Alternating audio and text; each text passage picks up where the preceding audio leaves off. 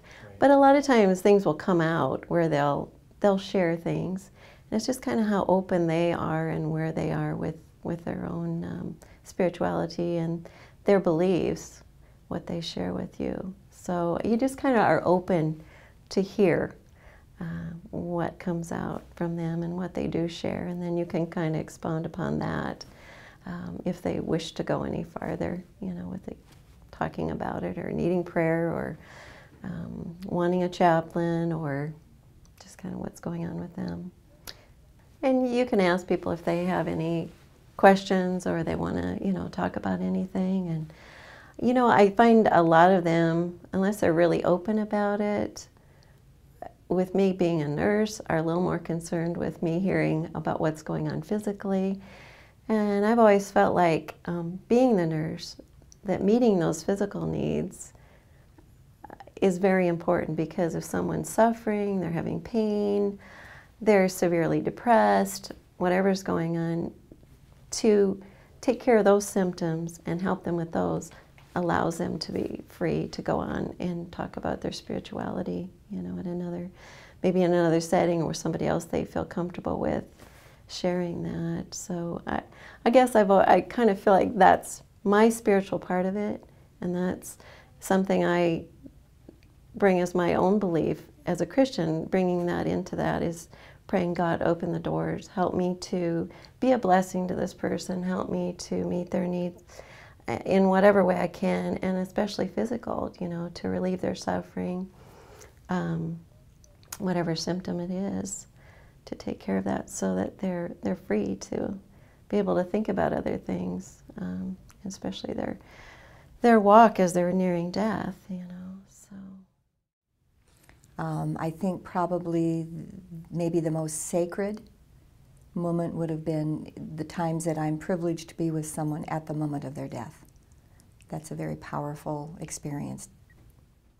I'm a social worker. I've got an MSW, and so our role is supportive, and you actually don't lead anybody into their death. You walk with them and with the family.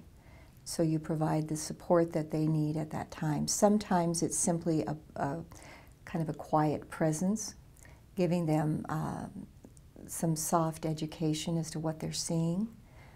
Generally the nurse and the social worker, because that's how our agency is set up, a primary team of a nurse and social worker. So the two of us together usually would provide some sort of supportive education as well, to let them know that what they're experiencing is normal. And so we follow that person. I have a strong Christian faith, so that personally guides me and supports me.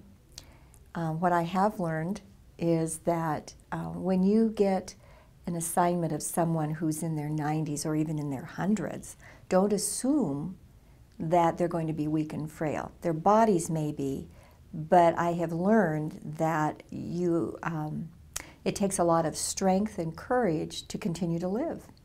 And early on, many years ago, when I first began with hospice, one of the phrases that I've heard since, but was new to me then, was an elderly woman that was in her 90s who was in a nursing home, and she reached up and took my hand and she said, you know, getting old isn't for sissies.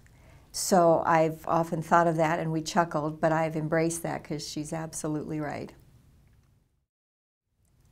In our agency, we have a strong chaplaincy program, and that's not my expertise. I can assess for the need for spiritual support. We'll talk to them about whether they're affiliated with a church or a body of believers, if they have a faith base, language that, whatever is needed, because not everybody is a Christian, and just because you're Baptist doesn't mean everybody believes the same way. So we let them, our clients and families, define what their spiritual needs may be, or if they feel that they are getting good support from their community source, or whether or not they feel it would be helpful to have one of our chaplains come in and provide that support as they go through this time in their lives. First off, you have to define what you mean by suffering.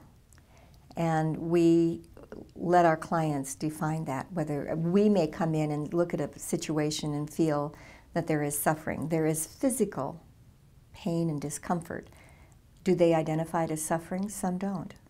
So we let them define that for us. We just let them take the reins, and I can't explain why things happen that are not good to people. Conversely, it's challenging sometimes to see that people may question, why is this happening to me, when you can observe that they have led a lifestyle that contributes to a terminal diagnosis and the illness, but that's not what we do. So we walk with them to help them define what they consider suffering. Do they consider themselves suffering? Spiritual suffering, emotional, or physical. Physical suffering, if that's what they identify it to be, then the nurse can often handle that. Sometimes emotional or spiritual suffering can manifest itself in physical pain, or they identify it that. So we all do, the chaplain if they're involved, because we give our clients that option, but the nurse and I certainly talk about and try to open up ourselves to figure out whether the suffering that they identify is indeed physical or whether it's something deeper. If it's something that's more of an emotional situation, then I can provide my own counseling services to be available for them, supportive services. If it's something that they identify as they're afraid, sometimes, in fact, more often than not, when I talk to clients, and we're usually pretty honest about this, is whether they're afraid of being dead or whether they're afraid of the process from now till then. More often than not, I have had clients respond that they're more fearful of the process. Are they going to hurt? Is it going to go on a long time? Are there going to be burdens to their families? Are we going to run out of money? Whatever it is. So then we can take it from there and go where they need to go. If it's fear of pain, of physical discomfort, then we can assure them that our nurses will work closely to keep them physically comfortable as well. So we've got that they've identified to us about that. So that's kind of how we approach it.